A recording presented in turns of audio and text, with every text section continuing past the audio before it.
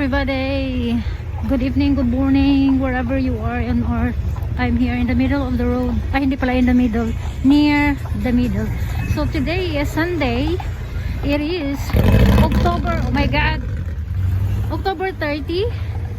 Madaling araw, 1 o'clock, exactly 1 o'clock and 10 minutes.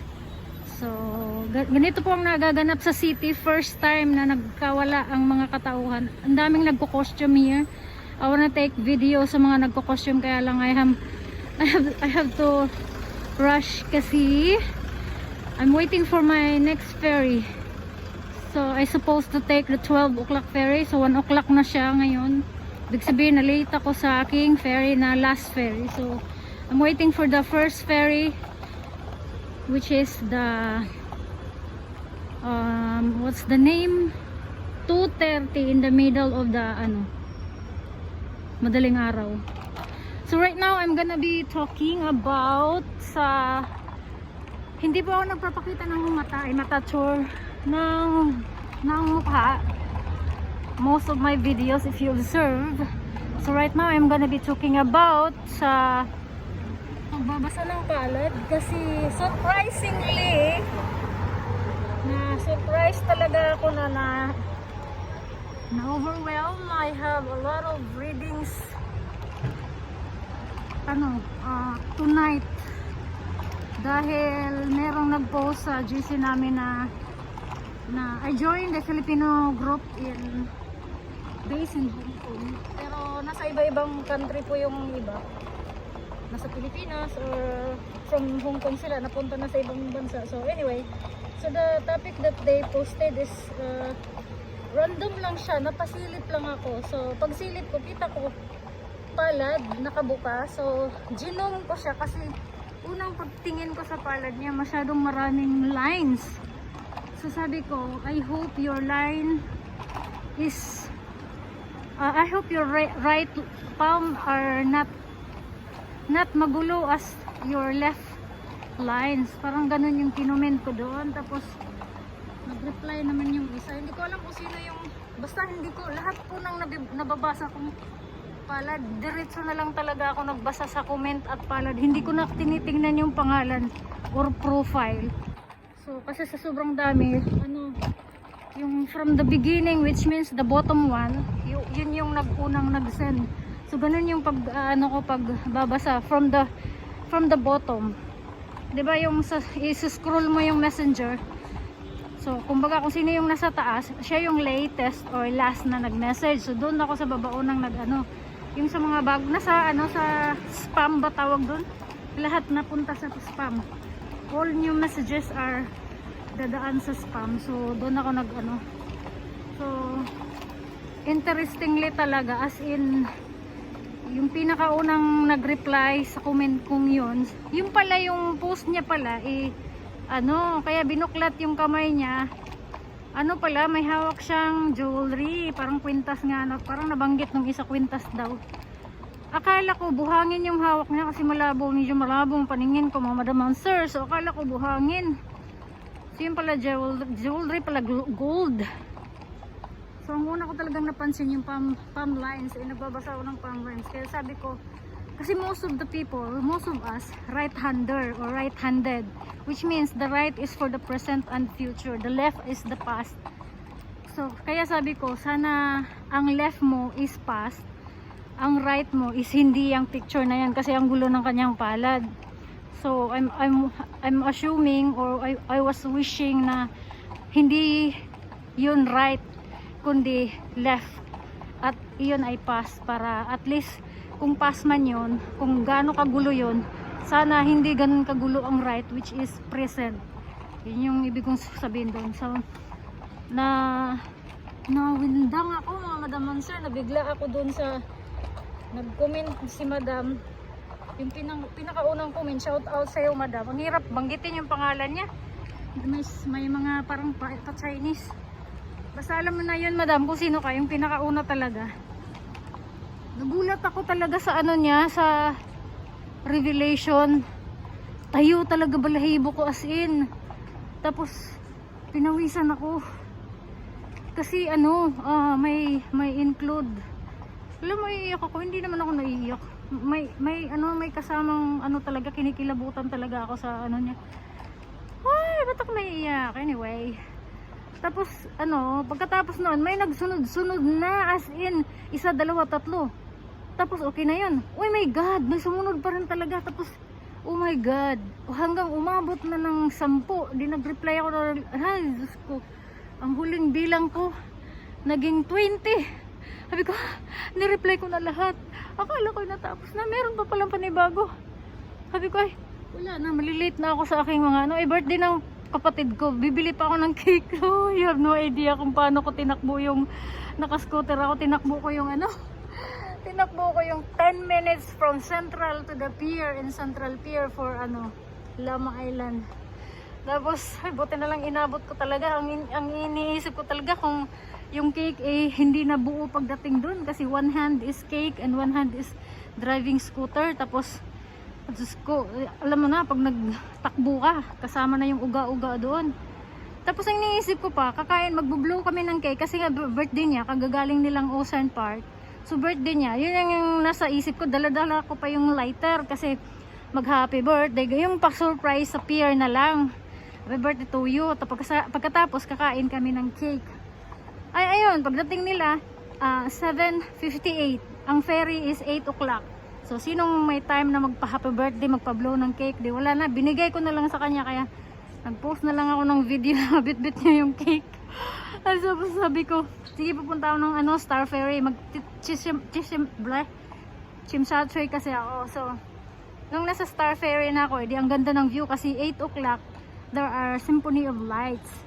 So, maganda siya. Tapos maya-maya, wala nang ang bibo doon sa Chimshatray area, even until here, central area, talagang every group has costumes, party mood ang mga kabataan these days. So sa Chimshatray, maliban sa may Symphony of Lights, may mga paparting, mga tricks and treat, ba tawag niyan, mga kids, naka-costume, tapos may mga pa-candy, maraming mga So, natuwa ako, tapos maya-maya nakaramdam ako ng gutom. Sabi ko, agoy, wala pala akong dinner pa. So, binabala ko pagdating dun sa Chimshatray. Kakain ako. Pagdating ko sa Chimshatray, may signal na din ako. Ayan, may signal ako. Marami na namang pumasok ng mga na-PM. Agoy, Diyos ko. Tapos sa isip ko, parang it's unfair na yung iba na replyan ko, at least, pinapa-alam ko na I'm too busy.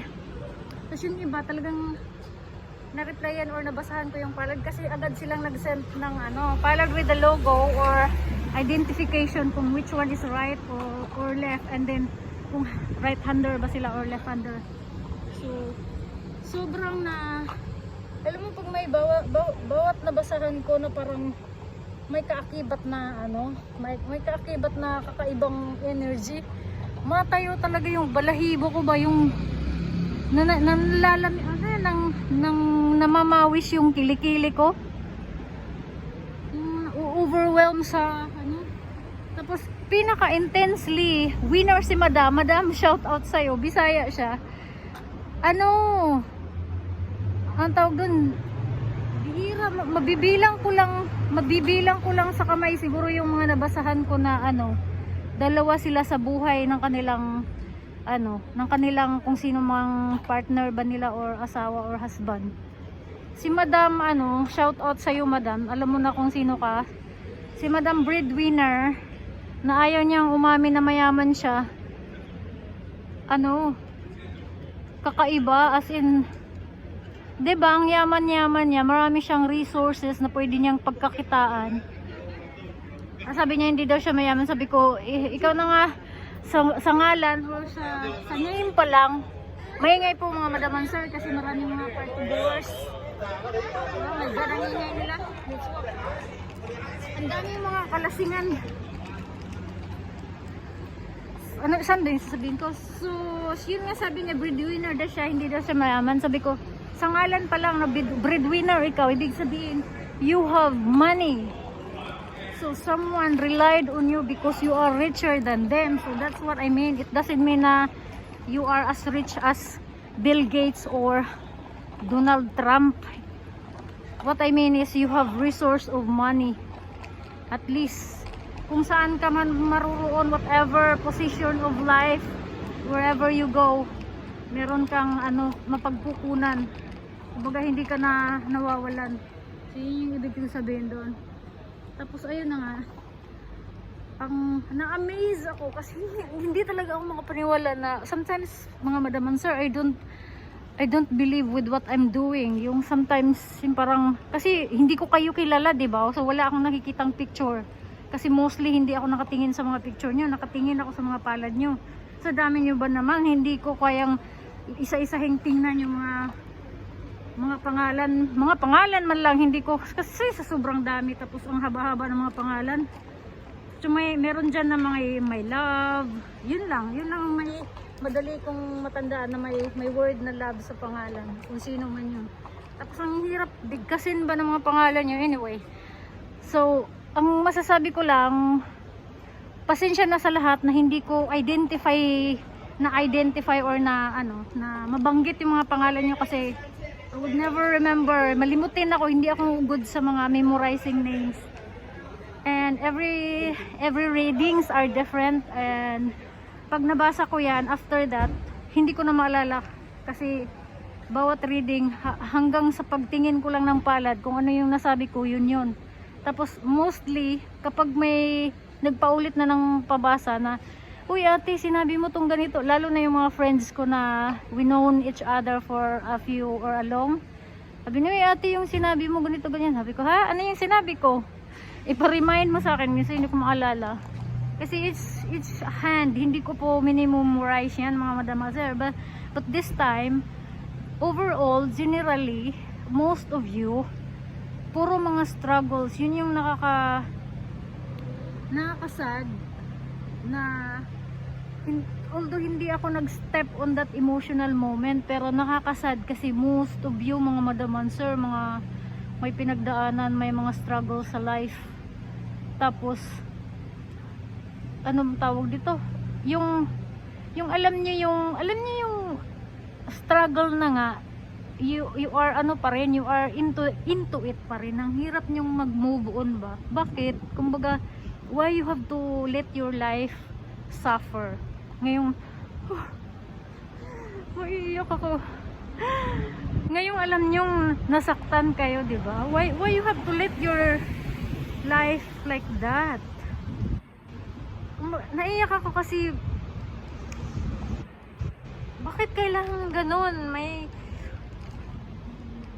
Life must be fun, kumbaga, na bakit kailangan yung iba dyan trying to move on or something. Kapag sinaktan po kayo mga madam and sir, intensely talagang ito yung ina-advise ko sa inyo. Kapag sinaktan po kayo mga madam and sir, let it go. Kasi kung hindi man yan para sa inyo, merong darating na para sa inyo na hindi kayo make sure na titino. Pero hindi yung parang inuuto na lang kayo na, patawarin mo na ako, magbalikan na tayo, tapos paulit-ulit. Alam mo yung paulit-ulit, tapos paulit-ulit mo rin sinasaktan yung sarili mo, paulit-ulit mong pinatawad. Okay lang magpatawad, pero let go sa mga nananakit sa inyo. So yan lang po mula dito. Ningal ako. Ang dami ko ng daldal sa mundo. Yan lang po mga madam and sir. Thank you guys for watching and listening and looking on the sky, dark sky. Malayo na ako sa mga pa-party boys and girls. Thank you guys. I'm gonna have to prepare myself for I have to go to the 7-Eleven and look for i-filled up ko yung stomach kasi 1 o'clock na ngayon, 'di ba? So wala pa akong dinner, promise. So okay lang naman ako. Survive pa rin naman ako. O sa may tubig. Alright, thank you guys for watching. And pasensya na sa lahat na hindi ko ma-accommodate, at least from time to time. Nga pala, kung nakikita nyo po nag-scene ako, ibig sabihin po, wala po akong signal. Nakikita ko lang nababasa ko lang yung message nyo, pero hindi ko nakikita yung palad kasi hindi po siya nag-o-open. Kasi wala po akong signal. Pag nasa labas po ako, wala akong wifi. And pagkadating ko po sa Lama Island, wala po akong wifi. Naka-data. Tapos nasa bundok po yung kabahayan. Kung sinong may alam sa Lama Island, it's all mountain. So nakatira po ako sa bangin, so my signal is only using data, and at the same time the area is malayo sa kabihasnan. So gustuhin ko man habang nagtatravel, gustuhin ko mang basahin yung mga palad nyo. Hindi ko makita kasi hindi siya nag-open kasi nga wala akong signal. Habang dito pa lang ako sa city, imagine mo yan. Anyway, for now, I'm gonna go to the 7-Eleven. I will buy my food there. Nakita niyo ba yun? Yun. Bye guys! Bless you everyone!